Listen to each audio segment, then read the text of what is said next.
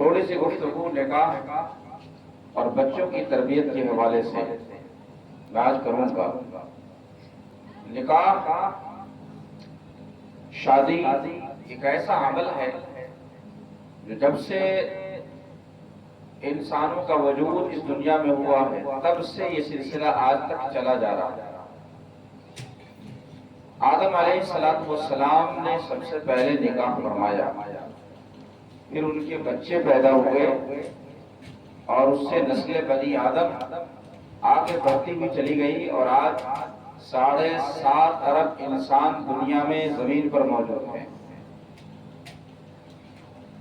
ایک مرد اور ایک عورت سے اللہ تعالیٰ نے اتنے افراد پھیلا دیے۔ فرمایا وَخَلَقَ مِنْهَا زَوْجَهَا، اے لوگوں ڈرو اپنے رب سے جس نے تمہیں ایک جان سے پیدا کیا۔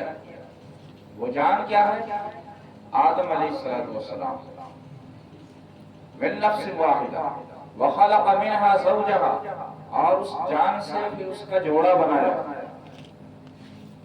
حضرت حوا کو پیدا کیا۔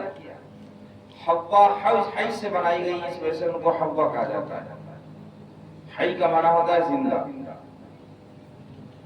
حضرت آدم علیہ السلام کے گوشت کے ایک ٹکڑے سے ان کو پیدا کیا گیا، اس وجہ سے ان کو حوا کہا جاتا ہے۔ یہی وجہ ہے کہ عورت کی طرف مرد کا اٹریکشن ہوتا ہے اور عورت کا مرد کی طرف میلان پایا جاتا ہے، کیونکہ وہ اس کے جسم کا ایک حصہ ہے۔ وَبَثَّ مِنْهُمَا رِجَالًا كَثِيرًا، اور اس سے بہت سے مردوں کو پھیلایا۔ وَنِسَاءً، اور عورتوں، بہت سارے مرد اور بہت ساری عورتیں پھر ان سے پیدا ہوئی۔ اب تک جتنے لوگ پیدا ہوئے اگر وہ سب باقی رہتے تو زمین پر پاؤں رکھنے کی جگہ ملتی؟ وہ کتنے کھرب انسان پیدا ہوئے، وہ اربوں میں نہیں کھربوں میں پہنچ جائیں گے۔ اللہ تعالیٰ نے آدم علیہ السلام کی ذریت میں کیا برکت عطا فرمائی، کتنے انسانوں کو پیدا فرمایا۔ ہر انسان کی تخلیق جدا گانا ہے، ہر انسان دوسرے انسان سے کچھ نہ کچھ ممتاز ہے، خصوصیت میں، کسی نہ کسی چیز میں۔ آپ 7 ارب انسان مان لیں، 7 ارب انسانوں میں 2 انگوٹھے ہوتے ہیں، ایک دائیں ہاتھ میں ایک بائیں ہاتھ میں، تو 14 ہو گئے۔ 14 ارب انگوٹھے اللہ نے پیدا فرمائے، اور ڈیزائننگ ایسی ہے، اس کی انجینئرنگ ایسی ہوئی ہے، یہ کوئی بھی انگوٹھا دوسرے انگوٹھے سے نہیں ملتا۔ کیا کسی کا فنگر دوسرے کے فنگر سے ملتا ہے؟ لیکن سب گھما ہوا نظر آتا ہے نا آپ کو ادھر سے ادھر۔ 14 ارب فنگرز ہیں، لیکن ایک فنگر دوسرے فنگر سے نہیں ملتا۔ آپ کو موبائل کھولنا ہو تو اپنا ہی فنگر لگانا پڑے گا، اے ٹی ایم کے لیے اپنا فنگر لگانا پڑے گا، آدھار کارڈ میں آپ کا فنگر لگتا ہے، دوسرا انسان نہیں کھول سکتا۔ یہ اللہ تعالیٰ کی تخلیق ہے۔ اسی کو اللہ تعالیٰ نے فرمایا بَلَا قَادِرِينَ عَلَىٰ أَن نُّسَوِّيَ بَنَانَا، بلکہ ہم اس پر تو قادر ہیں کہ تمہارے پوروں کو برابر برابر بنا دیں، ٹھیک ٹھاک۔ لیکن کوئی بھی پور، کوئی بھی انگوٹھا دوسرے کے انگوٹھے سے نہیں ملتا، میچ کرتا۔ اللہ کی تخلیق میں، اللہ تعالیٰ کے مشن میں عجیب حیرت انگیز نمونہ ہے تمام انسانوں کے لیے، عقل مندوں کے لیے، غور و فکر کرنے والوں کے لیے۔ لیکن جو غور و فکر نہیں کرتے ان کے لیے تو کچھ بھی نہیں۔ غور و فکر کرنے والوں کے لیے آسمان اور زمین کی تخلیق میں، آسمان و زمین کی پیدائش میں بہت سارے نمونے موجود ہیں، عبرت کا سامان موجود ہے۔ اب یہ بتائیے اتنا اونچا آسمان جو نظر آ رہا ہے آپ کو، کوئی چھت نظر آ رہی ہے اس کی، کوئی ستون نظر آ رہا ہے؟ بغیر کسی ستون کے، بغیر کسی کھمبے کے اللہ تعالیٰ نے آسمان کا اتنا بڑا شامیانہ لگا دیا، کیا آپ اس کا اندازہ کر سکتے ہیں؟ یہ اللہ تبارک و تعالیٰ کی حیرت انگیز قدرت ہے۔ زمین کو آپ کے لیے بچھونا بنا دیا، اور ہر لمحہ ہوا کو آپ سے قریب کر دیا، اس لیے کہ انسان اپنی زندگی میں سب سے زیادہ جس چیز کا محتاج ہے وہ ہوا ہے، تو ہوا کو آپ نے ناک سے قریب کر دیا۔ پانی کی ضرورت اس کے بعد ہے، ہوا کے بعد، تو اس کے بعد اس کو رکھا۔ انسان کو لباس کی ضرورت اس سے پہلے ہے، تو لباس کو اس کے جسم سے قریب کر دیا۔ ہوا کی ضرورت ہے ہوا کو، اور ہوا کی ضرورت 24 گھنٹے ہے، ایسا نہیں ہے کہ ایک سیکنڈ ہے دوسرے سیکنڈ کے لیے نہیں ہے۔ ہوا کا جو نظام ہے اگر روک دیا جائے 1 منٹ کے لیے بھی تو آپ کی سانس بند ہو جائے۔ اللہ تعالیٰ نے ہوا کو آپ کی ناک سے قریب کر دیا، کھانے آپ سے قریب کر دیا۔ یہ اللہ تبارک و تعالیٰ کا بہت بڑا احسان ہے۔ اتنے احسان کے باوجود بھی اگر کوئی اس کا انکار کرے، اس کی عبادت نہ کرے، تو وہ اشرف المخلوقات کہلانے کے لائق نہیں، وہ بندہ کہلانے کے لائق نہیں ہے۔ جسے اللہ تعالیٰ نے اتنی نعمتیں عطا فرمائی، اس کے باوجود وہ اللہ کی نافرمانی کر رہا ہے۔ اللہ تعالیٰ نے مرد اور عورت کیوں پیدا فرمایا؟ تاکہ اس سے نسل انسانی آگے چلتی رہے، اور اس میں انبیاء، اولیاء، صلحاء، مجتہدین، فقہاء جیسے لوگ پیدا ہوتے ہیں، اس لیے پیدا فرمایا۔ اور آگے فرمایا خَلَقَ الْأَزْوَاجَ لِتَسْكُنُوا إِلَيْهَا، تمہارے لیے بیویاں پیدا فرمائی تاکہ تم ان سے سکون حاصل کرو۔ عورتوں کی تخلیق کہا جاتا ہے کہ مرد کی پسلی سے ہوئی ہے۔ اس تخلیق نے یہ بتایا کہ عورت کا مقام کیا ہے۔ اگر عورت کی پیدائش انسان کے سر سے ہوتی تو مطلب تھا کہ عورت کو سر پہ بٹھایا جائے، لیکن اللہ تعالیٰ نے نہیں پیدا فرمایا۔ عورت سر پہ بیٹھانے کی چیز نہیں ہے، نہ عورت کی تخلیق انسان کے پاؤں سے کی گئی، اس کا مطلب یہ ہوا کہ عورت پاؤں میں ڈالنے کی بھی چیز نہیں ہے۔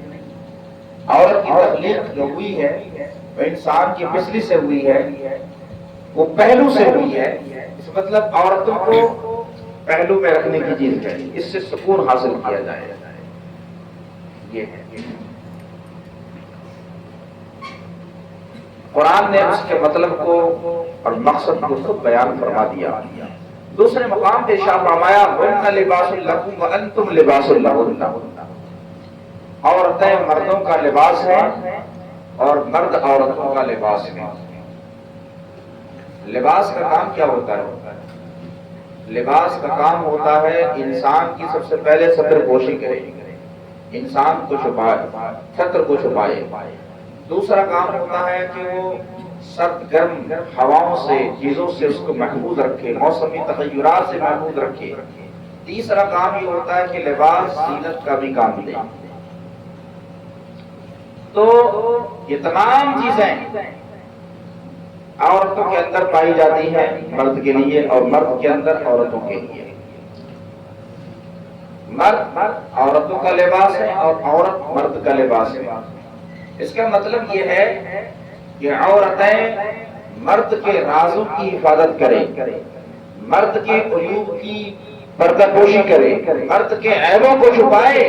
جس طرح سے لباس انسان کے جسم کو چھپا لیتا ہے، اسی طریقے سے شوہر پر ضروری ہے کہ وہ بیوی کے عیب کو چھپاتا رہے، بیوی کی پردہ پوشی کرتا رہے، کیونکہ لباس کا کام ہوتا ہے عیبوں کو چھپانا، پردہ پوشی کرنا، اس کو بیان کرنا نہیں ہوتا۔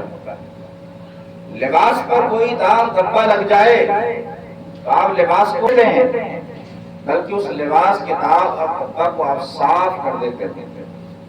بیوی سے کوئی غلطی ہو جائے تو اس کا مطلب یہ نہیں ہے کہ اس کے فوراً طلاق دے کے اس کو پار کر دو، بلکہ اس داغ اور دھبے کو کوئی غلطی ہو جائے تو اس کو معاف کرو، صاف کر دو، توبہ کر لے۔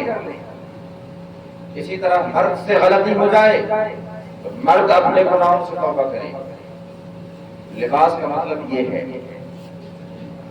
اور لباس کا کام ہوتا ہے آرام حاصل کرنا، انسیت حاصل کرنا۔ تو عورتوں سے آپ انس حاصل کریں، آرام حاصل کریں۔ لباس انسان کے جسم سے قریب تر ہوتا ہے۔ اللہ تبارک و تعالیٰ نے تمام رشتوں میں جتنے بھی رشتے اللہ تعالیٰ نے پیدا فرمائے، سب سے قریب تر رشتہ میاں اور بیوی کا رکھا ہے، اس لیے کہ سب سے زیادہ سابقہ انسان کو بیوی سے پڑتا ہے، یا مرد کو بیوی کو مرد سے پڑتا ہے۔ تو رشتے کی نزاکت بھی اس کے اندر موجود ہے۔ اب تھوڑی سی گفتگو میں کروں گا کہ لڑکیاں کیسی ہونی چاہیے جن سے نکاح کریں، اس کے بارے میں حدیث پاک سماعت کریں، کیسی لڑکی کا انتخاب کرنا چاہیے نکاح کے لیے۔ تو حدیث پاک میں ہے تنکح المرأة لأربعین، عورت سے نکاح 4 چیزوں کی بنیاد پر کیا جاتا ہے۔ 4 فیکٹرز ہوتے ہیں، 4 سبب ہوتے ہیں، 4 وجہ ہوتی ہیں جس کی بنیاد پر عورت سے انسان نکاح کرتا ہے۔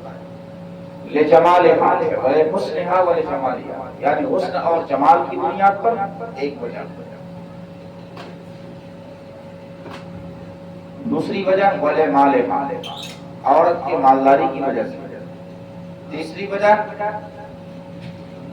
ولحسبہا ونسبہا، حسب و نسب کی بنیاد پر۔ چوتھی وجہ ولدینہا، دینداری کی بنیاد پر۔ فاظفر بذات الدین، دیندار عورت کو اختیار کرو۔ 4 اسباب ہیں۔ حسن و جمال کی بنیاد پر آپ شادی کرتے ہیں اور لڑکی بہت حسین و جمیل ہے، اس کو پسند کر لیا۔ دوسرا سبب یہ ہوتا ہے کہ لڑکی کے گھر والے مالدار ہیں، خود لڑکی مالدار ہے، وہ آئے گی تو بہتر جہیز لے کر آئے گی، دوسرا سبب یہ ہوتا ہے۔ تیسرا یہ کہ حسب و نسب اعلیٰ ہے، اس کا نسبی اعلیٰ خاندان سے تعلق رکھتی ہے، یا اعلیٰ عہدے اور اعلیٰ مناصب پر اس کے گھر کے لوگ فائز ہیں، تو حسب میں بڑے ہیں، اس بنیاد پر۔ تیسرا سبب دینداری کی بنیاد پر۔ قرآن حدیث پاک میں کہا گیا کہ اگر اوپر کی 3 کوالٹی نہ بھی ملے، حسن، مالداری، حسب و نسب، اگر فقط دینداری ہے تو اسی کی بنیاد پر نکاح کرنا۔ فاظفر بذات الدین، سب سے پہلے یہ دیکھو کہ اس کے اندر دینداری ہے کہ نہیں۔ آج جاتے ہیں لڑکے والے لڑکیوں کے ہاں اور پسند کرنے کا طریقہ کیا ہوتا ہے؟ پسند کرنے کے لیے سب سے پہلے دیکھتے ہیں کہ لڑکی کتنی پڑھی ہے، اس کی ڈگری کو چیک کرتے ہیں، وہ انٹر کی ہوئی ہے، بی اے کی ہوئی ہے، ماسٹر کی ہوئی ہے، کیا پاس ہے، انٹر پاس ہے، بی اے پاس ہے، ایم اے پاس ہے، ڈگری دیکھتے ہیں، تعلیم دیکھتے ہیں، ایجوکیشن دیکھتے ہیں۔ لڑکی کی کوالیفیکیشن کیا ہے، تعلیم کیا ہے، سب سے پہلے ہم ڈگری چیک کرتے ہیں۔ کبھی آپ نے سوچا کہ جس چیز کو چیک کرنے کی ضرورت تھی ہم نے وہ چیز چیک نہیں کی، اور جس کو نہیں چیک کرنا تھا اس کو چیک کر رہے ہیں۔ آپ کو یہ چیک کرنا چاہیے تھا کہ لڑکی 5 وقت کی نمازی ہے یا نہیں۔ آپ کو تو یہ چیک کرنا چاہیے تھا کہ لڑکی قرآن پڑھی ہے نہیں پڑھی، ماں باپ کا ادب کرتی کہ نہیں کرتی، اس کے اندر پرہیزگاری ہے کہ نہیں، پردہ کرتی ہے نہیں کرتی، پردہ کرتی ہے نہیں کرتی۔ یہ تمام چیزیں آپ کو دیکھنے تھی، لیکن آپ ڈگریوں میں چلے گئے۔ یہی وجہ ہے کہ جب ڈگری ہولڈر بچیاں گھروں میں آتی ہیں اور ان کے پاس دینداری نہیں ہوتی تو گھر کا پورا ماحول چند روز میں، چند مہینوں میں ڈسٹرب ہو جاتا ہے۔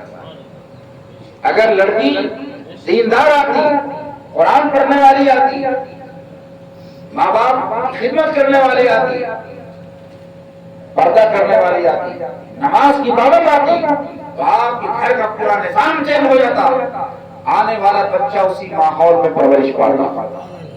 لیکن فیشن والی لڑکیوں کو تلاشتے ہیں، ڈگری کتنی ہے اس کے پاس۔ اسی چیز نے ہمارے معاشرے کو، ہمارے نظام کو تباہ کر کے رکھا ہوا ہے۔ معاشرے کو چینج کرنے کی ضرورت ہے۔